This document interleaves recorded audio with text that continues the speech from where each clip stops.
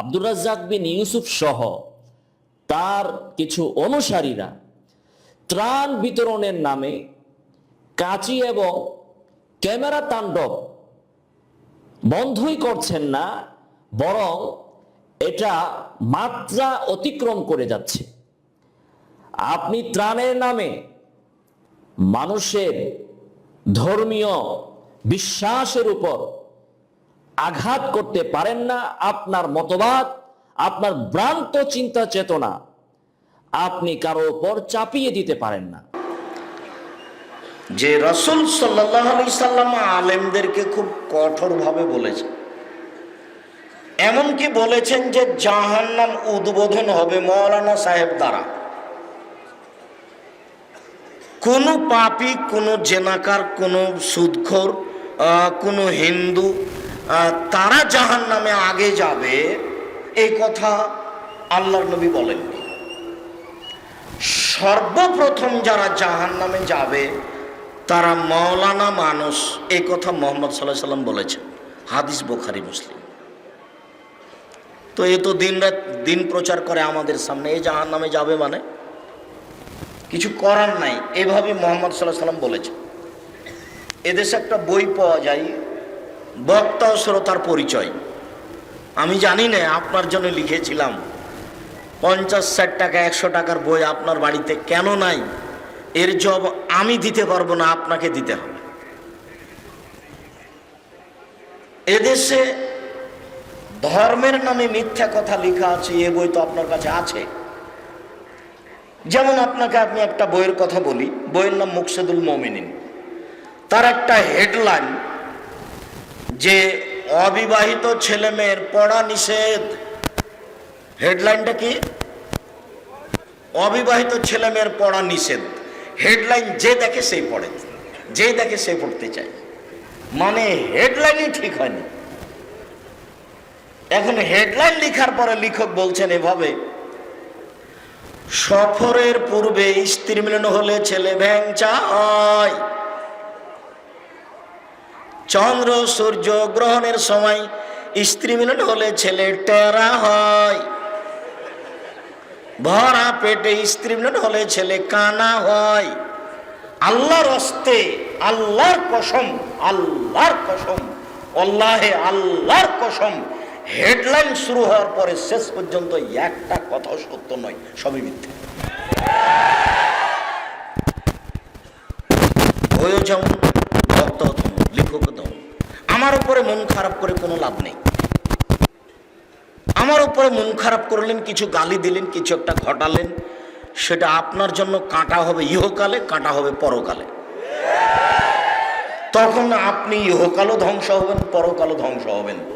আল্লাহর কসম, আল্লাহে আল্লাহর কসম, আল্লাহে আল্লাহর কসম, 31 বছর আমি কোনোদিন অপ্রয়োজনীয় বাক্য বলিনি। 31 বছর আমি কোনোদিন কিসসা কাহিনী বলিনি। অতএব আপনি বিরোধিতা করতে গিয়ে কিছু বলে নিবেন, এটা আপনার ধ্বংসের মাধ্যম। বিরোধিতা করার প্রয়োজন নাই, চুপ থাকবেন। ভালো লাগলে শুনবেন, ভালো না লাগলে বলবেন আব্দুর রাজ্জাক সাহেব আসসালামু আলাইকুম। পৃথিবী অনেক বড়, আপনাকে শোনাতে আমি বাধ্য নই। সম্মানিত দিনী ভাই বোন, রাসূল সাল্লাল্লাহু আলাইহি ওয়াসাল্লাম বলেন, কাফাবিল মারে কাদিমান ইহাদ্দিসা বিকুল্লিমা সামিয়া। একজন মিথ্যুক হওয়ার জন্য এতটুকুই যথেষ্ট যে শরীয়তের কোনো কথা তদন্ত না করেই বলে দিবে। আমি যদি একটা কথা বলি, কি কথা আমি বললাম? ফাজাইল আমল বইয়ের প্রথমে লেখা আছে, 1 ওয়াক্ত নামাজ কাজা করলে 80 হোক বা জাহান্নামে থাকতে হবে। এটা আমি বলে দিলাম মানুষ সমাজে। আল্লাহর নবী বলছেন যে তুমি এখন মিথ্যুক। কেন? তুমি আগে দেখো যে এটা ঠিক কি বেঠিক। এদেশে প্রায় 3 লক্ষ জাল জয়ীফ হাদিস আছে মানুষের বানানো, প্রায় 3 লক্ষ। আমাদের বাড়িতে আছে 10,000। মাগরিবের পরে 2 রাকাত সুন্নাত পড়তে হবে। মাগরিবের পরে 2, এশার পরে 2, ফজরের আগে 2, জোহরের আগে 4, জোহরের পরে 2, বিনিময় প্রত্যেক 12 সমান জান্নাতে একটা ঘর, প্রত্যেক 12 সমান জান্নাতে একটা ঘর, প্রত্যেক 12 সমান জান্নাতে একটা ঘর। মাগরিবের পরে 2 রাকাত সালাত আপনি আদায় করেন, কিন্তু 6 রাকাত যদি পড়েন সালাতুল আওয়াবিন, তখন আর হলো না, সব কিছু গেছে, কিছুই টিকবে না। এর নাম বিদআত। যা আমল করেছেন আর ইবাদত কবুল হবে না। মনে রাখবেন, দুনিয়া 2টা পাপ আছে, শক্তিশালী পাপ। পাপ হিসাবে মানুষের ক্ষতি করতে পারে এরকম কোন পাপ পৃথিবীতে নাই, মাত্র 2টা। দুনিয়াতেই মানুষের ক্ষতি করতে পারে। জেনা ক্ষতি করবে পরকালে, চুরি ক্ষতি করবে পরকালে, সুদ ক্ষতি করবে পরকালে, জুলুম অত্যাচার জমি দখল এগুলো সব ক্ষতি করবে পরকালে। কিন্তু দুনিয়াতে 2টা পাপ আছে, এই পাপ 2টা দুনিয়াতেই মানুষের ক্ষতি করবে। তার একটা পাপের নাম শিরক।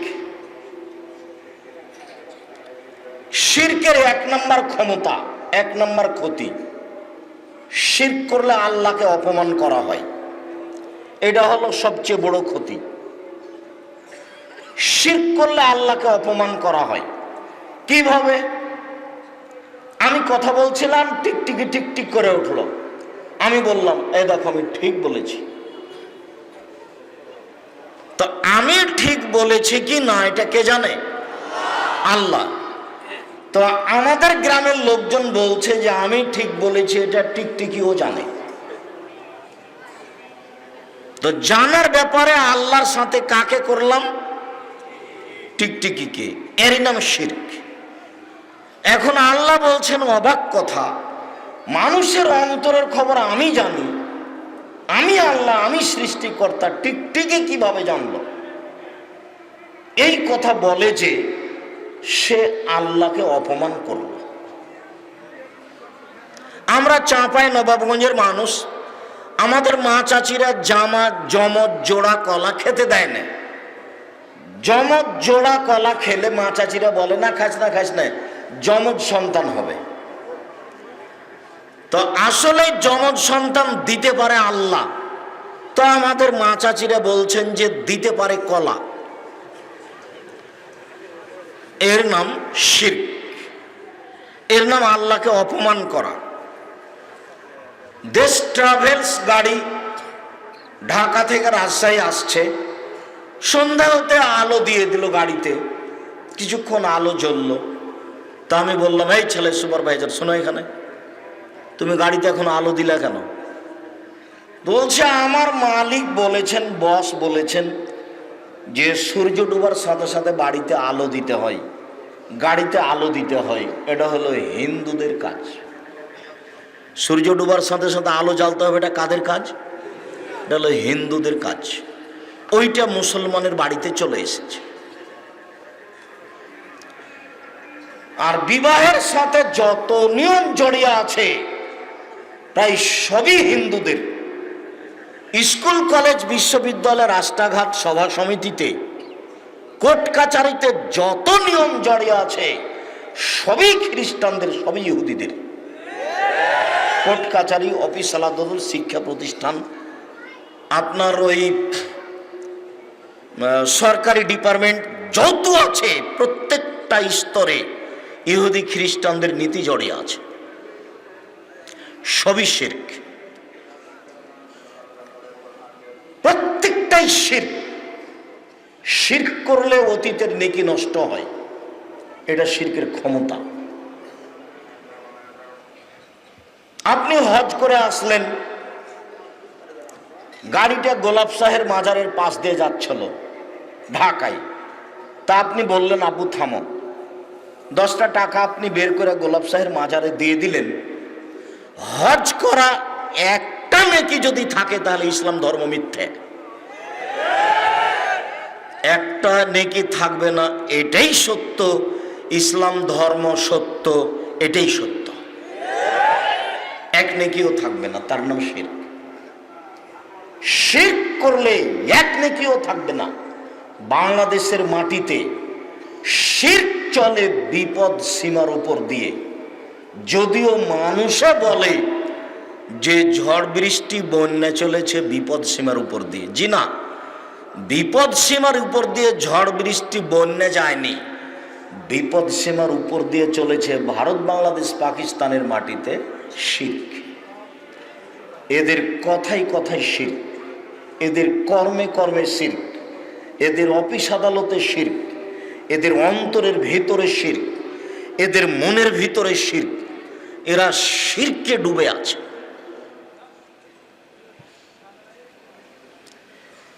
এরা শিষ্টাচার জন্মগতভাবে উল্টা। ভারত, বাংলাদেশ, পাকিস্তানের মাটির ছেলে মেয়ে জন্মগতভাবে উল্টা। এক মিনিট, ভারত, বাংলাদেশ, পাকিস্তানের জন্মগতভাবে স্বভাবই উল্টা। তার প্রমাণ, একটা দুষ্ট ছেলে জোরে সাইকেল চালিয়ে যাচ্ছে, তো একটা ইঁটে ধাক্কা লেগে পড়ে গেছে। পড়ে গিয়ে ছাল চামড়া উঠে গেছে, উঠে গালি দিচ্ছে যে অমুকের বাচ্চা অমুক ইঁট রেখেছে বা কে ইঁট রেখেছে। সৌদি আরবের একটা ছেলে, দুষ্ট ছেলে, সাইকেলে চড়ে জোরে চলে যাচ্ছে, যেতে যেতে ইঁটে ধাক্কা খেয়ে উল্টে পড়ে গেছে।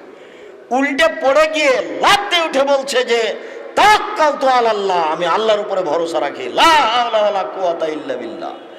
বাহ্যিকভাবে আন্তরিকভাবে নড়াচড়া করার কোনো শক্তি নাই, আল্লাহর শক্তি শক্তি। ওই ছেলেটা এ বলছে আর এই ছেলেটা এ বলছে।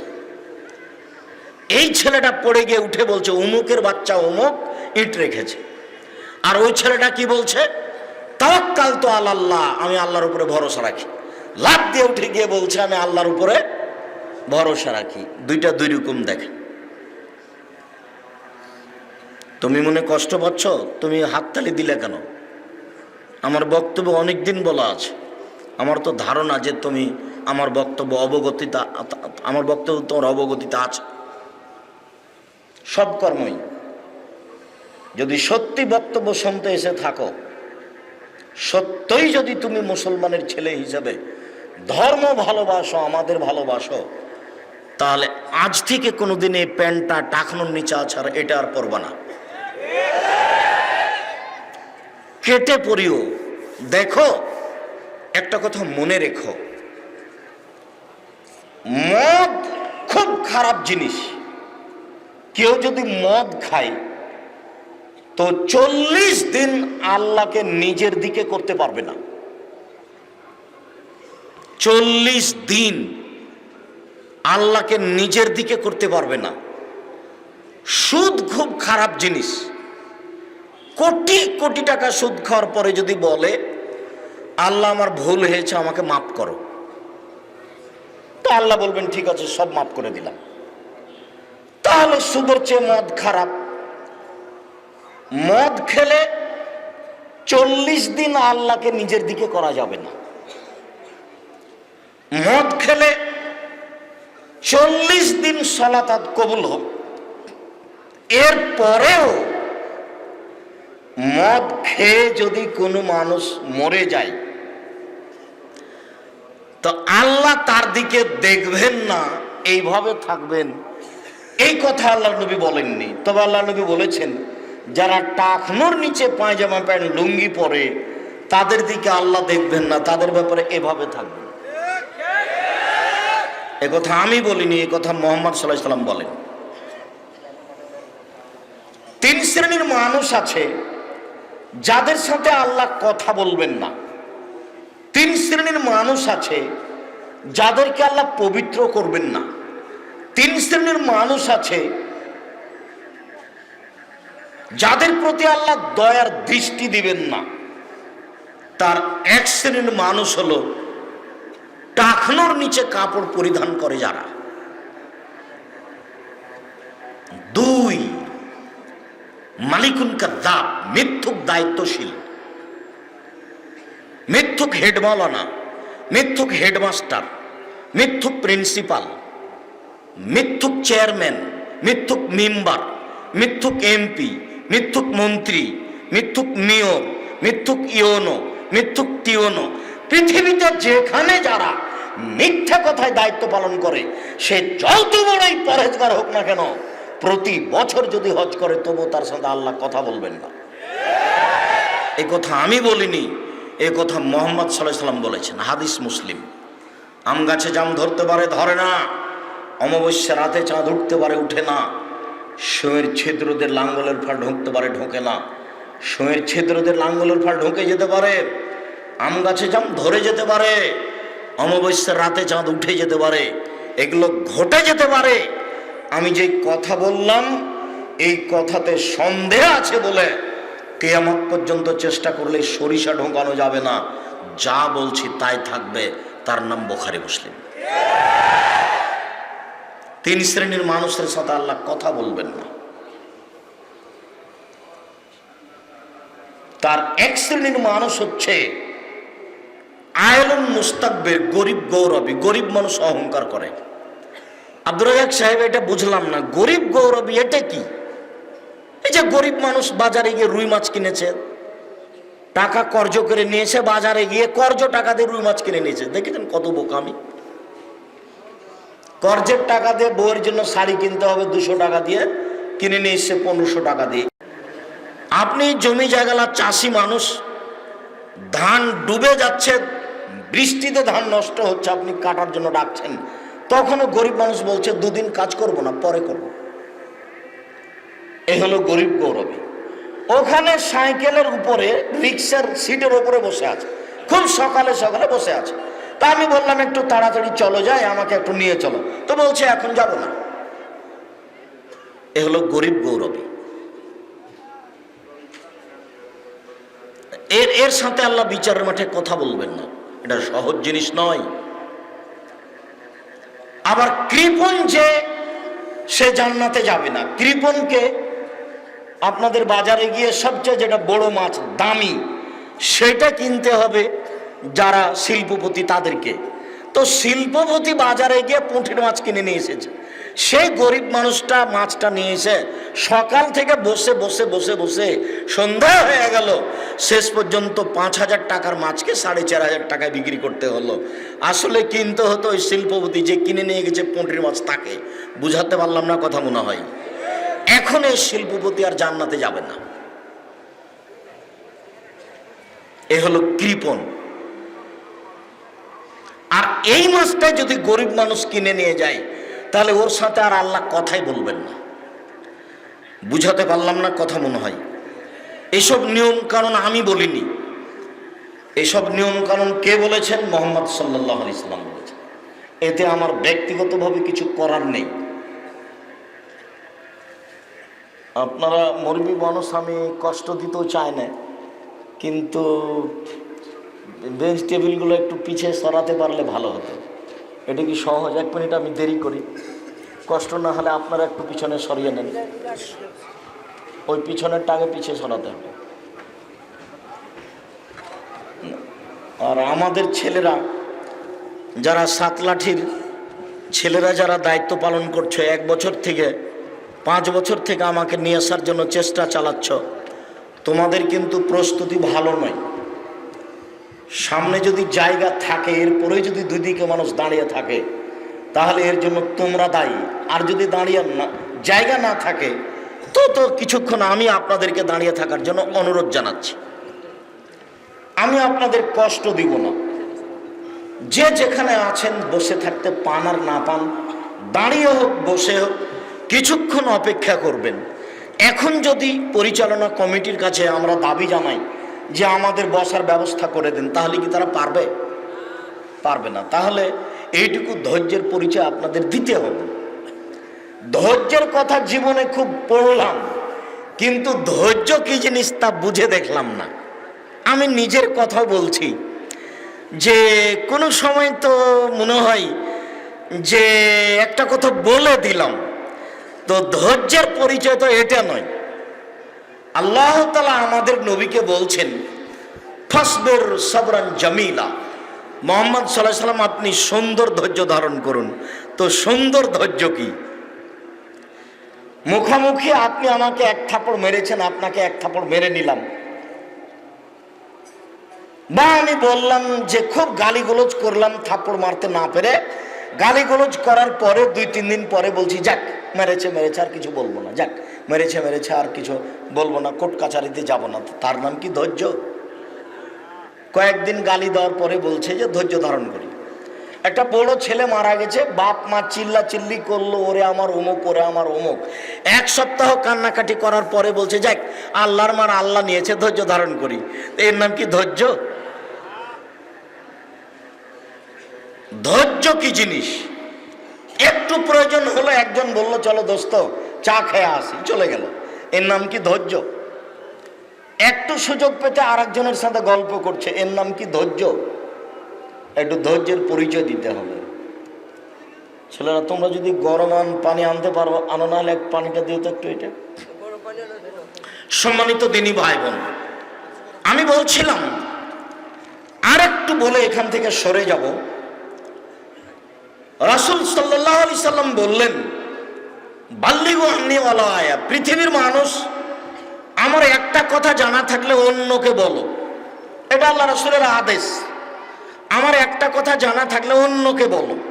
আপনার কি জানা আছে? ডান হাতে পানি পান করতে হবে, এটা আপনার জানা আছে। কেন? বাম হাতে শয়তান খায়। আব্দুল্লাহ ইবনে উমর রাদিয়াল্লাহু তাআলা আনহু বলেন রাসূল সাল্লাল্লাহু আলাইহি সাল্লাম বলেছেন পৃথিবীর মানুষ লা ইয়াকুলুন্না আহাদুকুম বিশিমালিহি ওয়া লা ইয়াশরাবু বিহা, অবশ্যই অবশ্যই তোমাদের কোন ব্যক্তি যেন ডান হাতে না খায়, ডান হাতে পানি পান না করে। কেন? ফাইন্না শায়তানা ইয়াকুলু বিশিমালিহি ওয়া ইয়াশরাবু বিহা, নিশ্চয় শয়তান বাম হাতে খায়, বাম হাতে পান করে। এমনকি ভাত খেতে বসে গিলাসটা বাম হাতে ধরে ডান হাত নিচে লাগিয়ে দিয়ে পানি খাওয়াও নাজায়েজ, চলবে না। ডান হাতেই গিলাস ধরতে হবে, আপনি বাধ্য। উচ্ছিষ্ট ভাত গিলাসে লেগে যাবে যে, আঙুল চেটে খান, আর না হলে খেজুর খান, তাহলে তার হলো না। বাম হাতের কোনো সুযোগ নেই খাওয়াতে। দুনিয়ার মানুষ খাচ্ছে, যে হাজারো মানুষ খাচ্ছে, মানুষ যত শয়তান তার চেয়ে বেশি। তো মানুষই তো শয়তানের আচরণ করবে। আল্লাহ রাসূল তো কথা বলছেন, আল্লাহ কথা বলছেন, বুঝেও বুঝে না ওরা অন্তর আছে, বুঝে না, দেখেও দেখে না ওরা চক্ষু আছে, দেখে না, শুনেও শুনে না ওরা কান আছে, শুনে না। উলাইকা কাল আনাম, তারা পশু প্রাণীর মতো, তারা গরু ছাগলের মতো, তারা কুকুর শ্রীগালের মতো, ভালো হওয়া যাল বরং তার চেয়ে খারাপ। মানুষই বাম হাতে পানি পান করবে, মানুষই কুকুর শ্রীগালের চেয়ে খারাপ, এ কথা আমি বলিনি, এ কথা আল্লাহ বলেছেন, এ কথা আমার নয়, এ কথা আল্লাহ বলেছেন। মানুষ কুকুর শ্রীগালের চেয়ে খারাপ, এ কথা আমি বলিনি। তবে এ কথা বলেননি আল্লাহ যে মানুষই কুকুর শ্রীগাল, এ কথা বলেননি। কেন? গরু ছাগল কোনোদিন ধর্মীয় নীতি পালন করতে পারবে না। গরুকে বললাম যে তুমি ধানের খেতে আর যাও না, কিছুক্ষণ পরে আমি গরুকে ছেড়ে দিয়েছি, তো ও আবার কোথায় যাবে? এর আমি বাস্তব দেখাতে আমি বলেছি যে আমার আব্বা নিজে চাষি মানুষ, জমি চাষ করার পরে যখন গরু ছেড়ে দিতেন তখন আমরা গরু মাঠে নিয়ে থাকতাম, খেলাতাম। গরু যখন ধানের গাছের দিকে যেত, জমির ক্ষেতের দিকে যেত, তখন বলতাম জোরে, এই থেমে গেছে, একটু পরে আবার যাচ্ছে। কেন? বুঝেও বুঝেনি, তাই তো গরু। ও তো বুঝলো যে যেতে হবে না, তো আবার কেন যাচ্ছে? এই জন্য যে ও গরু। তো বুঝেও বুঝেনি যে সে হলো গরুর মতো, তবে গরু নয়, কোনো সময় বুঝতেও পারে। কথা বুঝাতে পারলাম না? জীবনটাই যদি এরকম চলে যায় তাহলে জীবনটা কুকুর সিলিকের মতো হয়ে চলে গেছে। কিসের শিক্ষিত মানুষ বাম হাতে চা খাবে, কিসের ধনী মানুষ বাম হাতে চা খাবে, কিসের ধর্ম দেখায় ও? আলেম ওলামা মানুষ জর্দা খায় আর ইমামতি করে আর মিথ্যে কথা বলে, আর গ্রামে জুমার খুতবা দেয়, তার হিসাব থাকে না, নিজেই দোকানে বসে আড্ডা। মিনিট ইশতারা রাজুলুন মিন রাজুলিন আকারান। আজ থেকে নিয়ে হাজার হাজার বছর আগে একটা লোক একটা লোকের কাছে জমি কিনে নিয়েছিল। ফওয়াজাদা ফি আকারিহাল জাররা। জমি চাষ করতে গিয়ে সে জমিতে স্বর্ণের পাতিল পেল। তো স্বর্ণের পাতিল নিয়ে জমি বিক্রেতাকে বলছে, খুদ্দাবাকা মিন্নি ইশতারাতু মিন কালার তুলাম তামিন কাযাব। আপনি আপনার স্বর্ণ নেন, আপনার কাছে আমি জমি কিনে নিয়েছি, স্বর্ণ কিনে নিনি। তখন জমি বিক্রেতা বলছে, বেতলার জমা ফিয়া, জি না জি না জি না, আমি জমি বিক্রি করেছি, জমিতে যা কিছু ছিল সবই বিক্রি করেছি, আমি স্বর্ণ নিব না। এর নাম ঈমান, এর নাম ঈমান। আপনি একজন ব্যবসায়ী মানুষ, এখনই 200 টাকা নিয়ে 200 টাকার জিনিস বিক্রি করেছেন, তো দিয়ে দিয়েছে 500 টাকার নোট, তারপরও ধরতে পারেনি, আপনি চুপ হয়ে যাবেন, ওকে আপনি 500 টাকার নোটটা ধরিয়ে দিবেন না যে আপনার ভুল হলো। এই তো আপনার ঈমান। 2 টাকাতে আপনাকে কিনা যায়। 200 টাকার বাজার করতে গেছেন মসজিদের, তাই ওখানে গিয়ে চা নাস্তা করেছেন, তা লেখা আছে চা নাস্তা। মসজিদের টাকা দিয়ে চা নাস্তা করলেন কমিটির মানুষ, তাহলে তো কিছু করতে পারবে না, তাহাজ্জুদ দিয়ে লাভ হবে না। এর নাম বানি ইসরায়েলের কাহিনী। 3 ওয়াহাদাসন বানি ইসরাইল হারাজ। পৃথিবীর মানুষ, আমান কাযাবা আলাইয়া মুতাআম্মিদান ফালিয়াতাবাওয়া মাকাদাহু মিনান নার। কেউ যদি কোনো কথা আমার নামে বলে, সেই কথা যদি আমার না হয়, তাহলে তার থাকার জায়গা জাহান্নাম। বাক্য 3 নম্বর বাক্যটা মানায়নি খুব একটা। 1, আমার একটি কথা জানা থাকলে অন্যকে বলো। 2, বনি ইসরাইলের কাহিনী বলো। 3, তাহলে জান্নাত পাবা। কথাটা মানাতো, সিরিয়াল মিল খেত। 1, আমার একটি কথা জানা থাকলে অন্যকে বলো। 2, বনি ইসরাইলের কাহিনী বলো। 3, তাহলে জান্নাতে যাবা। এটা মিল ছিল কথার, কিন্তু আল্লাহর নবী যেভাবে বলেছেন সেভাবে মিল বোঝা যায় না। দেখেন, 1, আমার একটি কথা জানা থাকলে অন্যকে বলো। 2, বনি ইসরাইলের কাহিনী বলো। 3, কেউ যদি কোনো কথা আমার নামে বলে, সেই কথা যদি আমার না হয়, তাহলে তার থাকার জায়গায় জাহান্নাম। জুব্বা যত বড়ই হোক, পাগড়ি যত বড়ই হোক, রক্ষা হবে না। মুখের কথা যদি রাসূলের না হয়, তাহলে হুজুরের জাহান্নাম হবেই। হুজুর বলেছেন, 1 ওয়াক্ত নামাজ কাজা করলে 80 হোক বা জাহান্নামে যেতে হবে। কথা যদি নবীর না হয়, তাহলে হুজুর জাহান্নামে চলে গেছে। এ কথা আমি বলিনি, এ কথা আল্লাহর নবী বলেছেন, হাদিস বুখারী মুসলিম। যার কারণে ধর্মের নামে কথা বললে খুব হিসাব নিকাশ করে বলতে হবে। এইটুকু মনে রাখার জন্য অনুরোধ জানাচ্ছি।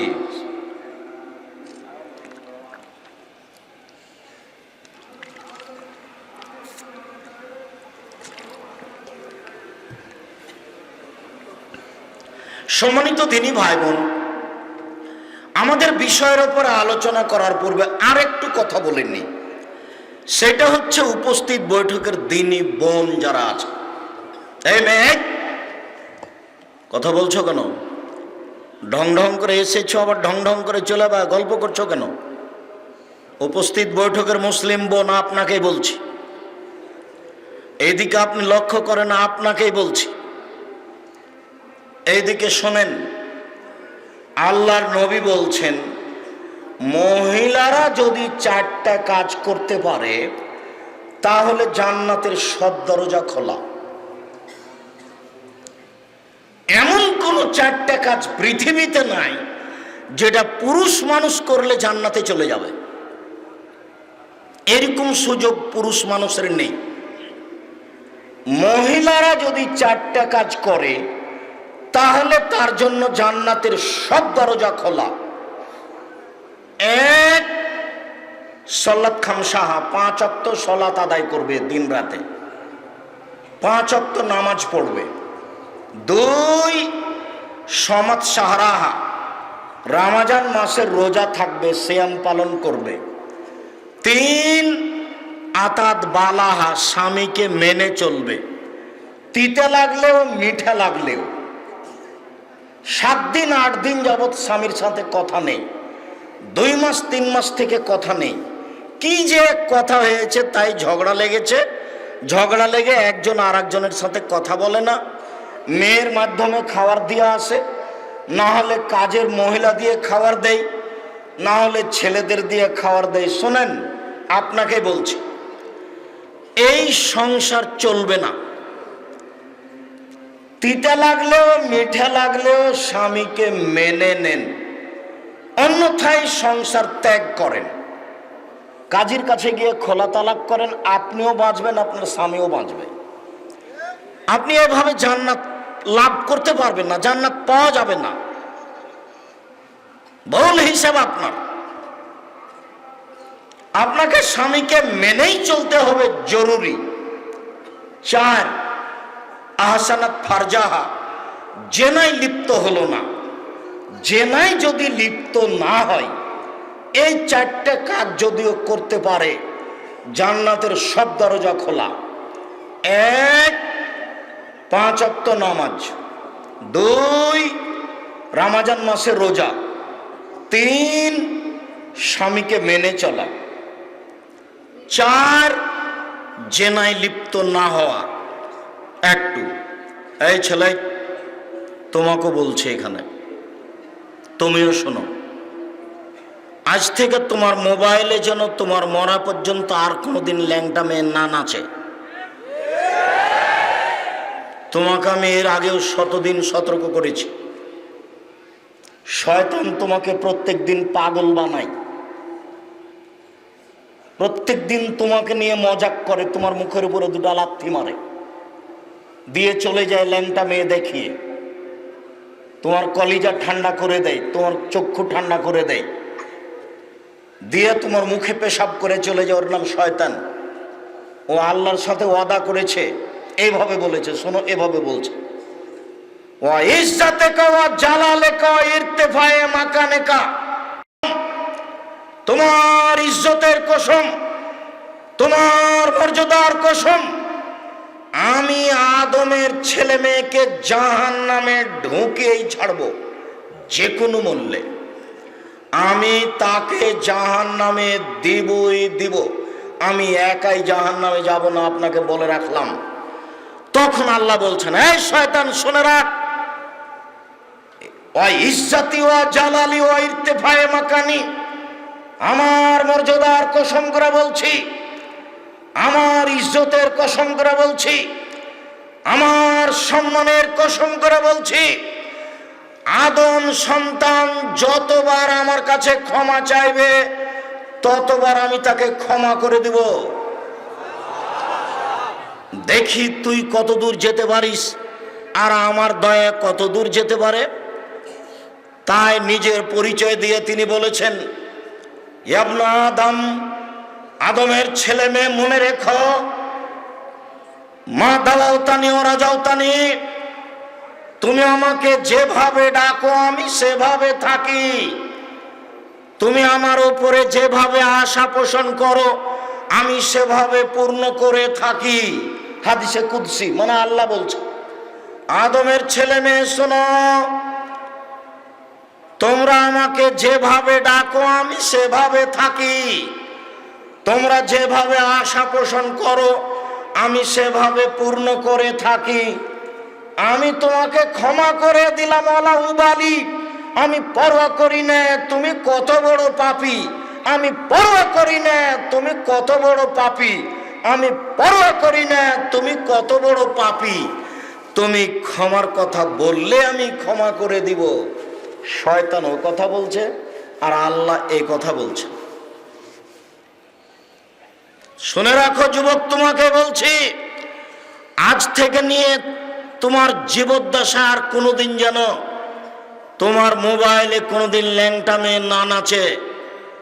শোনো, উপস্থিত বৈঠকের মুসলিম বোন শুনে রাখেন, আজ থেকে যদি আপনি জেনা বন্ধ করতে পারেন, আব্দুর রাজাক সাহেব, আমার 3টে ঠিকই আছে। 1, আমি 5 ওয়াক্ত নামাজ পড়ি। 2, আমি রোজা থাকি। 3, আমি স্বামীকে মেনে চলি। 4, ছাত্রী জীবনে আমার জেনা হয়েছিল বা কোনোদিন এরকম ঘটনা ঘটে গেছে। আপনাকে আমি বলছি, আপনি এই পাপ বন্ধ করে দেন। আল্লাহ তাআলা বলছেন, ওয়ানাহা নাফসা আনিল হাওয়া ফাইনাল জান্নাতা হিয়াল মাওয়া। আদম সন্তান, মনে রাখো, কেউ যদি তার আত্মাকে নিজেকে অশ্লীল কাজ থেকে ঠেকাতে পারে, আমি আল্লাহ তাকে জান্নাতুল মাওয়া দিয়ে দিলাম। অশ্লীল কাজ থেকে নিজেকে ঠেকানোর ফলাফল অনেক বড়। অশ্লীল কাজ থেকে নিজেকে ঠেকানোর ফলাফল অনেক বড়। অতএব 4টা কাজ করলে আপনি জান্নাতে যেতে পারবেন, এই কথাটা আপনি মনে রাখেন। উপস্থিত বৈঠকের দিনই ভাই বোন শুনে রাখেন, নারীদের মর্যাদা চিরদিনই ভিন্ন পুরুষদের চেয়ে। আল্লাহর নবী বলছেন, কেউ যদি 2টা মেয়ের লালন পালন করে, 2টা মেয়ে সন্তান হলো, শিক্ষা দীক্ষা দিল, বিবাহ শাদী দিয়ে দিল, দায়িত্ব পালন করলো, সেই বাপ আর আমি জান্নাতে একসাথে থাকবো। তখন আঙ্গুল দুটি এইভাবে দেখালেন, তর্জনী আর মধ্যমা, কিন্তু জমা করে দিলেন। আবার বললেন, পৃথিবীর মানুষ শুনে রেখো, কেউ যদি এতিমের লালন পালন করে, তাহলে সেই লোক আর আমি জান্নাতে একসাথে থাকব। তখনও তিনি তর্জনী আর মধ্যমা এই 2টো আঙ্গুল দেখালেন, কিন্তু 2টার মধ্যে একটু ফাঁকা রাখলেন না, বুঝাতে পারিনি। এতিম লালন পালন করা অনেক বড় কাজ। আর একটা কথা বলে রাখি, এই ছেলে, তোমাকে মনে রাখার জন্য বলছি। তোমাকে সেদিন আর একটা কথা বলে গেছিলাম, তোমার মনে আছে কি? বলে গেছিলাম যে বাড়ি থেকে বের হলে খুচরা টাকা নিয়ে বের হবা। তোমার মাকে বলে দিও যে, আম্মা, আমার পকেটে 500 টাকা নোট থাকে, ফকির আমার সামনে এসে ভিক্ষে চাই, তা আমার পকেটে তো 500 টাকার নোট। তখন আমি খালি বলি মাফ করো, খালি বলি মাফ করো। আম্মা, ফকিরের কাছে এত মাপ চাইতে আমাকে ভালো লাগে না। আপনি একটা কাজ করিয়েন তো আম্মা, 50 টাকা 100 টাকা খুচরা আমার পকেটে দিয়ে দিয়েন তো। তুমি এভাবে বলে দিও। আপনাকে বলছি, আপনি আপনার স্ত্রীকে বলে দিন, একটু স্বভাব ঢং শিখায়েন। বের হওয়ার সময়তে আমার পকেটে 100-200 টাকা খুচরা টাকা দিয়ে দিও। যত ফকির আসবে সবকে 10 টাকা 20 টাকা করে দিব। 500 টাকা নোট, 500 টাকার নোট দেওয়া সহজ সম্ভব নয়, বিনিময় জান্নাত।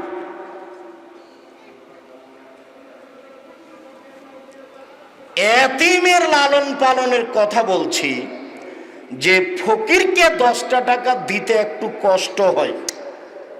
10টা টাকার চা খাওয়া হতো, ফকিরকে দিয়ে দিলাম। এরকম যদি বারবার ধাক্কা খাই, তাহলে তুমি কোথাও এতিম পেলে এতিমের মাথায় হাত দিও। আল্লাহ নবী বলছেন, শোনো, একটা লোক আছে অভিযোগ করছে, আল্লাহর নবী, আমার অন্তরটা এত শক্ত, আমার অন্তরটা এত শক্ত, আমার অন্তরটা এত শক্ত যে কাউকে কিছু দিতে চায় না। তখন আল্লাহ রাসূল বলছেন, এই শোনো, ইনসা রাসাক রাসাল ইয়াতিম ইয়ারিক্কু কালবাক, তুমি ইয়াতিমের মাথায় হাত দাও, তোমার অন্তরটা নরম হয়ে যাবে। জামিয়া সালাফে রাজশাহীতে 300 জন ইয়াতিম আছে। ওদের মানুষ দেওয়ার থাক আর না থাক, ওদেরকে দিয়ে আল্লাহ সব বিপদ পার করে দিবে। এই জন্য ইয়াতিম রাখা আছে এতগুলো। 4000-এর বেশি ছেলে মেয়ে আছে, তার 300 জন আছে ইয়াতিম ছেলে মেয়ে। জামিয়া সালাফি, ওদের দিয়ে অনেক বিপদ থেকে বাঁচা যায়। আল্লাহ নবী এইভাবেই বলছে, এতিমের মাথায় হাত দিয়ে তাহলে অন্তরটা নরম হয়ে যাবে। এখন তুমি ফকিরকে ভিক্ষা দিতে পারবা। কেউ যদি এতিমের লালন পালন করে, সেই ব্যক্তি আর আমি, মুহাম্মদ সাল্লাল্লাহু আলাইহি ওয়াসাল্লাম বলছেন, জান্নাতে একসাথে থাকবো। একসাথে তখনও তিনি তর্জনী আর মধ্যমা 2টা আঙ্গুল জমা করলেন, কিন্তু দুইটা আঙ্গুলের মধ্যে কি করলেন? একটু ফাঁকা রাখলেন। আর কোন বাপ যদি দুইটা মেয়ের লালন পালন করে, সেই আর আল্লাহর নবী জান্নাতে থাকবেন। তখনও তর্জনী আর মধ্যমা দেখালেন। তখন কি করে দেখালেন? জমা করে দিয়েছেন। আমি মনে হয় বুঝাতে পারি না। মেয়েদের লালন পালন ভিন্ন জিনিস।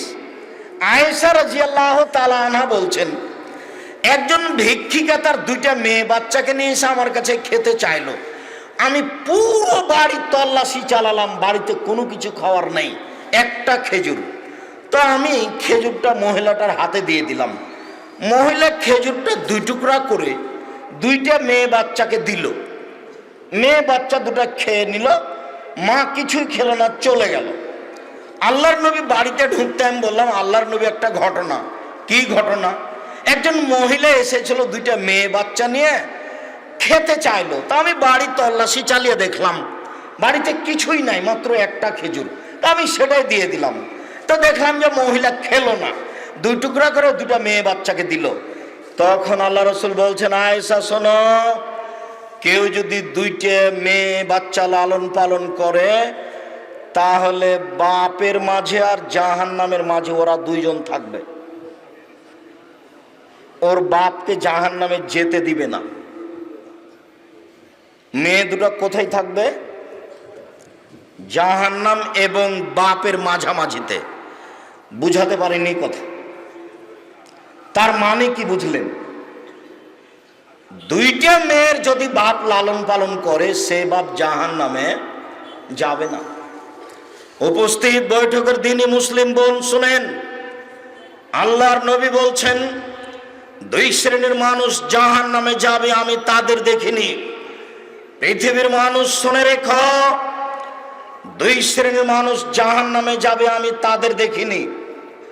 পৃথিবীর মানুষ শুনে রেখো, দুই শ্রেণীর মানুষ জাহান্নামে যাবে, আমি তাদের দেখিনি। এক, কওমুন মাহুম সিয়াতুন, এক শ্রেণীর মানুষ, তাদের হাতে থাকবে লাঠি, কাজনাবিল বাকারে, গাভীর লেজের মতো, একদিক চিকনে একদিক মোটা। ইয়াজরুবিবান নাস, তারা মানুষকে মারবে। দলীয় ক্ষমতায় মানুষের হাতে লাঠি দেখা যায়।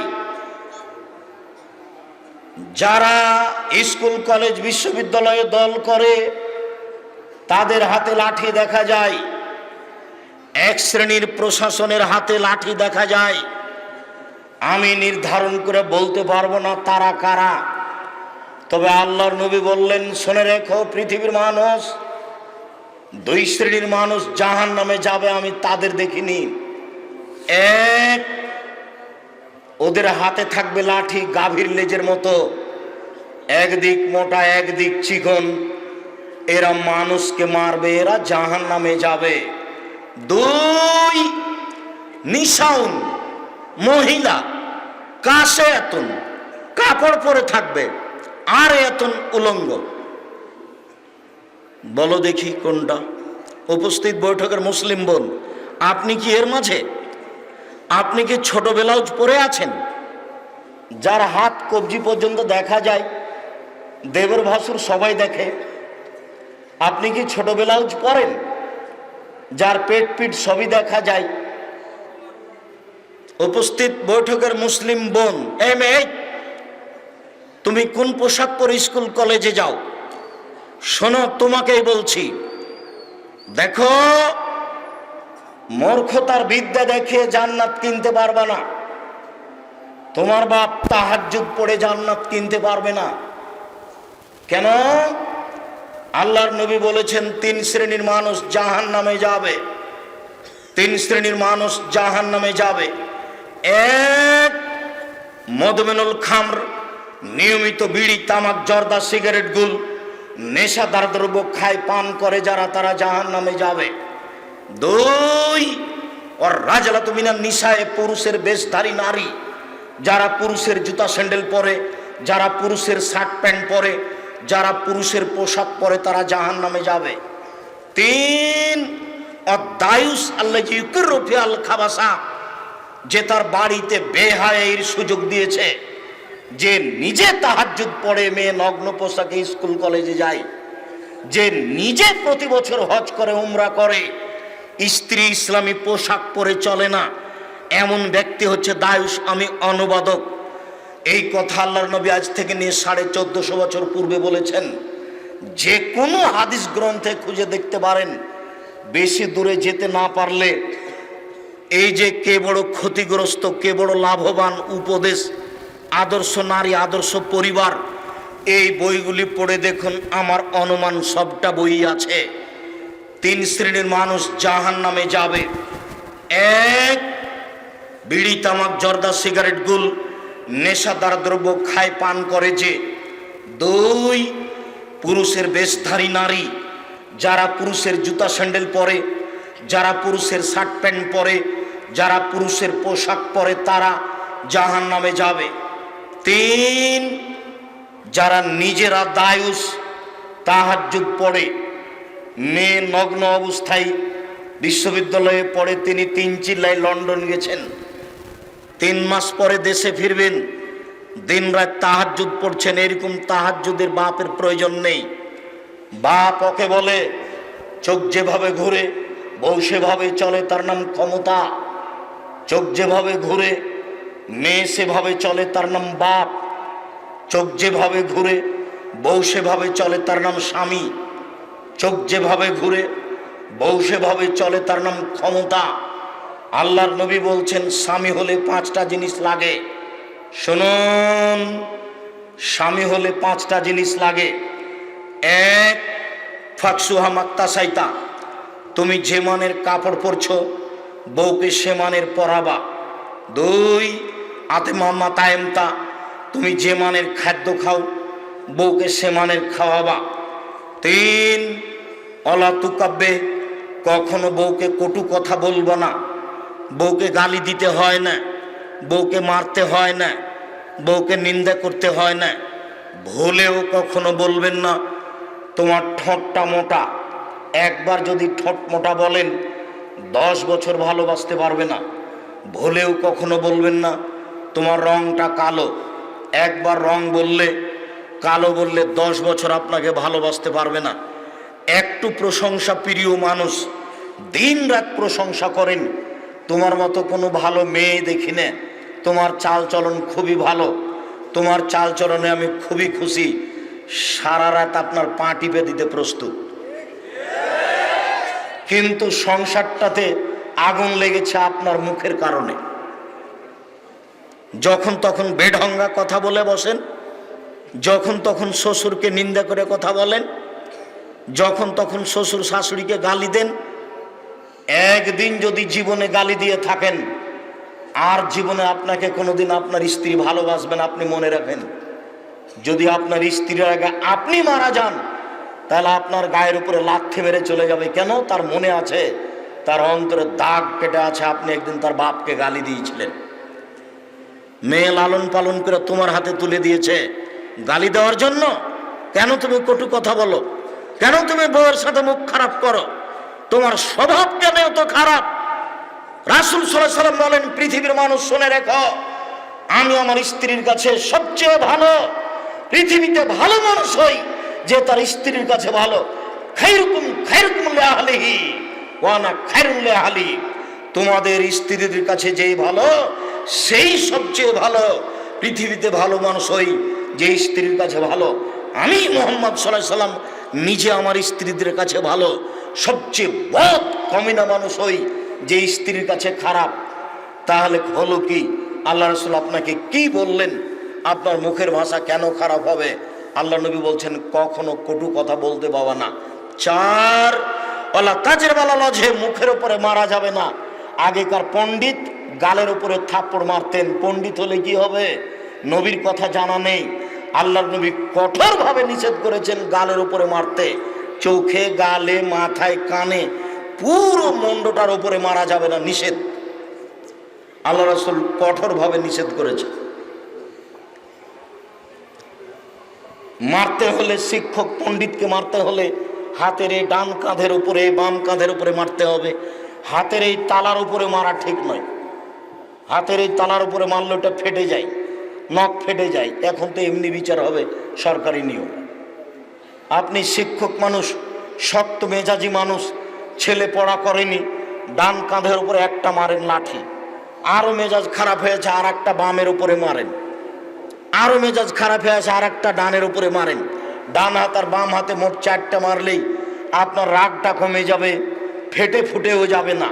আর এক জায়গায় যদি 3টা মার দেখেন তাহলে তো আপনার নামে রিপোর্ট হবেই, পেপার পত্রিকায় ভর্তি হয়ে তখন আর শিক্ষকতা করতে পারবেন না। যদিও আল্লাহ রাসূল বলছেন লাঠিটা উঠিয়ে নিও না পরিবার থেকে, লাঠি পরিবারকে সংশোধন করে। যদিও আল্লাহ নবী বলছেন লাঠি দরজায় ঝুলিয়ে রাখো, বউ ছেলে মেয়ে দেখে সংশোধন হবে। আল্লাহ নবী বলছেন ছেলে মেয়ে যদি নামাজ না পড়ে লাঠি দিয়ে পিটিয়ে ঠিক করো। তাহলে লাঠি ব্যবহারের কথা আল্লাহ নবী নিজেই বলেছেন। ওই মুখে আল্লাহ নবী বলছেন মুখের উপরে মারো না। 5 ওলা তাতরুকা ইল্লা ফিল বাইতে, তোমার বাড়ি ছাড়া বউকে কোথাও যেতে দিও না। চাচির বাড়ি যেতে পাবে না, খালার বাড়ি যেতে পাবে না, বোনের বাড়ি যেতে পাবে না, মায়ের বাড়ি যেতে পাবে না। জরুরি প্রয়োজন ছাড়া বাড়ি ত্যাগ করতে পারে না। বাজার যাও তো বহু দূরের কথা। বা হাট বাজার করে ওই যার স্বামী কাপুরুষ, ওই মহিলায় হাট বাজার করে যার স্বামী কাপুরুষ, ওই মহিলায় হাট বাজার করে যার ছেলেরা বড় হয়ে গেছে, তারপরেও কাপুরুষের মতো মায়ের হাতে বাজার করতে দেয়। তুমি বলতে পারো না তোমার মাকে যে মা আপনি বাজারে যাবেন না? গাইরিয়াত, আত্মমর্যাদা থাকা দরকার। আত্মমর্যাদা, আত্মমর্যাদা আল্লাহর সবচেয়ে বেশি।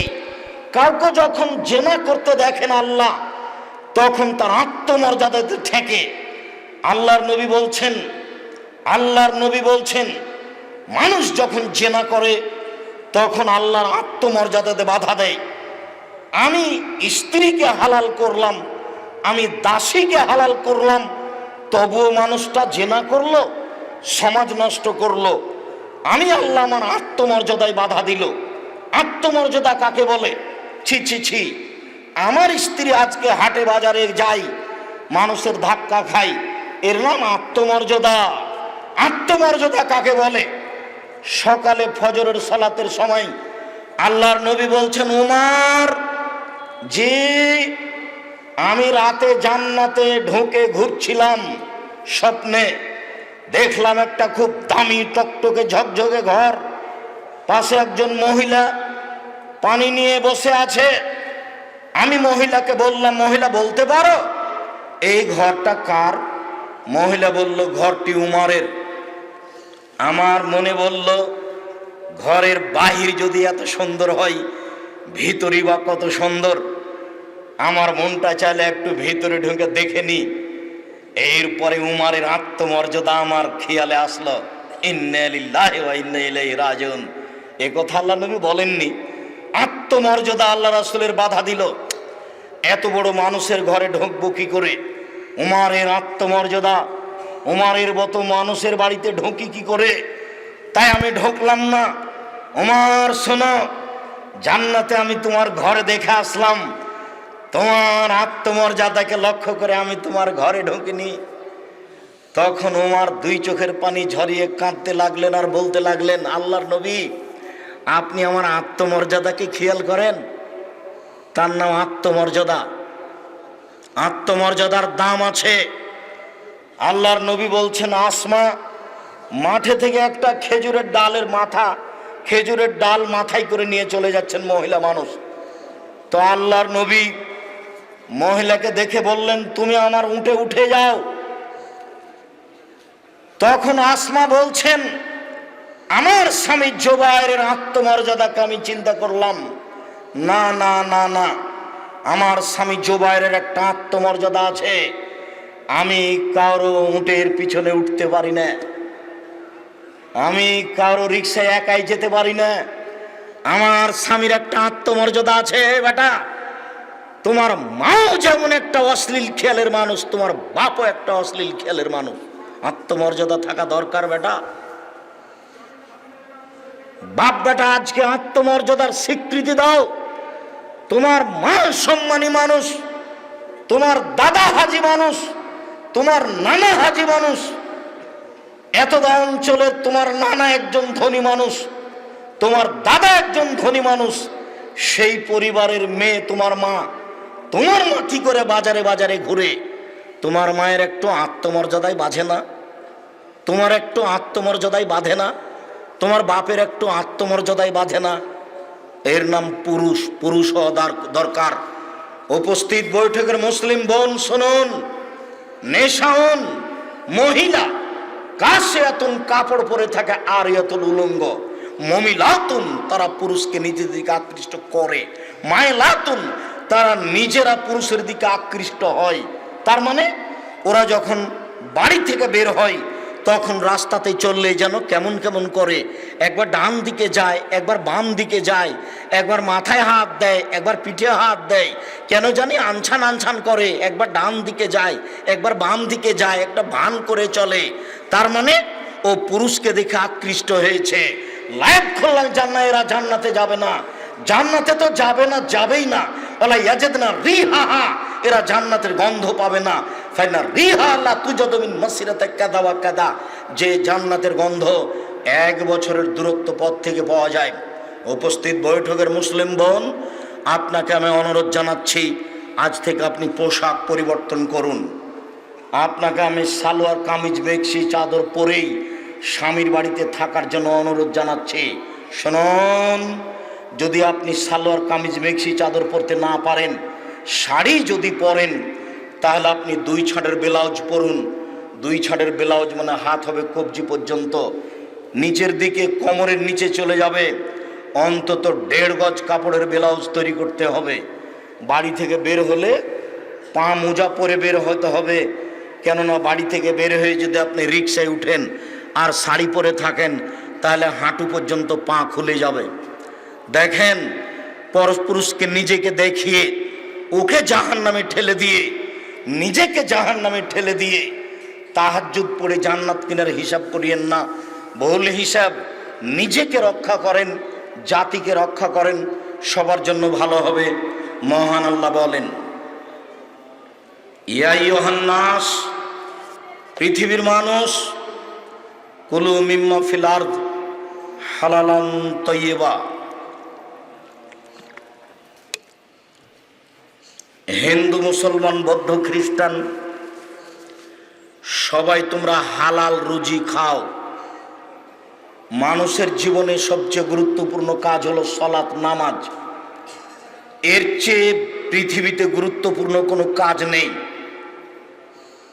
একাধিক দিন শুনেছি আব্দুল রাজ্জাক সাহেবের মুখে, সবচেয়ে দামি ইবাদত রোজা।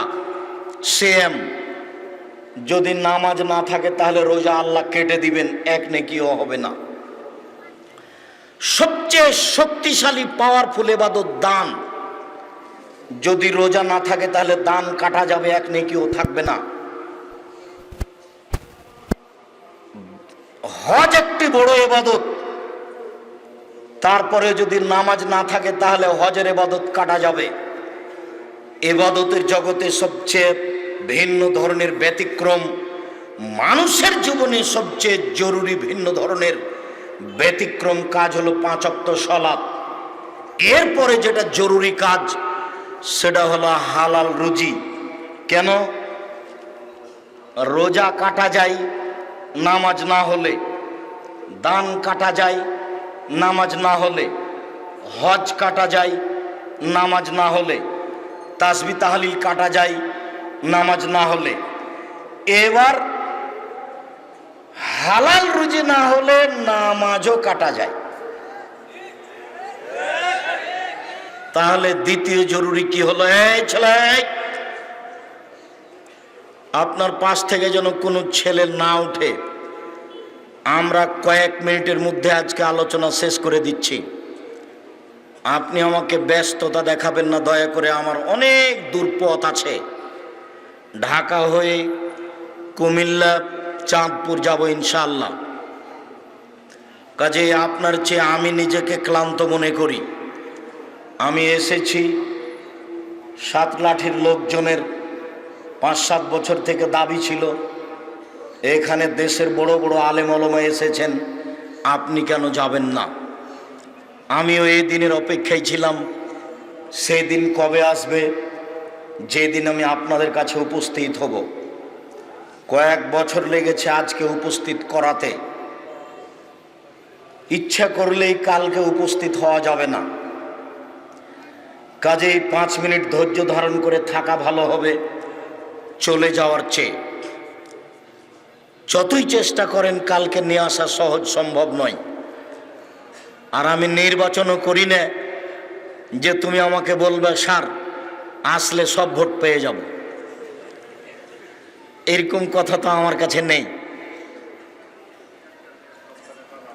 আমি এসেছি আপনার কিছু না কিছু উপকার করব ইনশাআল্লাহ। আপনি অপেক্ষা করলে আপনার জীবনে কিছু না কিছু কাজ আসবে ইনশাআল্লাহ। আপনি লক্ষ্য করুন, কয়েক মিনিট মানুষের জীবনে তৃতীয় জরুরি কাজ হচ্ছে কোরআন তেলাওয়াত করা। 24 ঘন্টায় একবার না একবার কোরআন মাজিদ পড়বেন। কিছুই যদি না পারেন তাহলে শেষ পর্যন্ত কি সূরা ইখলাস 3 বার, সূরা ইখলাস 3 বার পড়লে 1-1.5 মিনিটে 3 বার হয়ে যাবে। তাহলে আপনি একবার কোরআন মাজিদের পড়ার সবার নেকি পেয়ে নিলেন।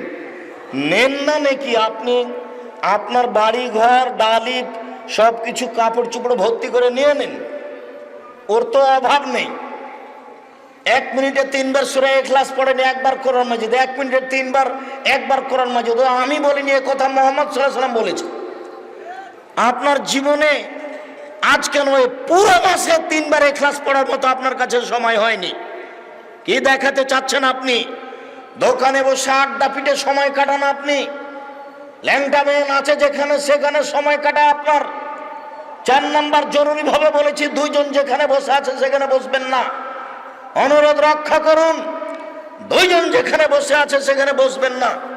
বসায় অপরাধ। 2 জন মিলে একজনের বদনাম করছিল, আপনি গিয়ে বললেন ঠিক বলেছিস, আসলেই খারাপ। এবার আপনি তাহাজ্জুদ পড়ে জান্নাত কিনেন দেখি, এর নাম বদনাম, এর নাম গীবত। মাওলানা, হাজি, গাজী, আলেম, ওলামা, বক্তা দিন রাত মানুষের পিছনে লেগে আছে, বদনাম করার জন্য প্রস্তুত হয়ে আছে।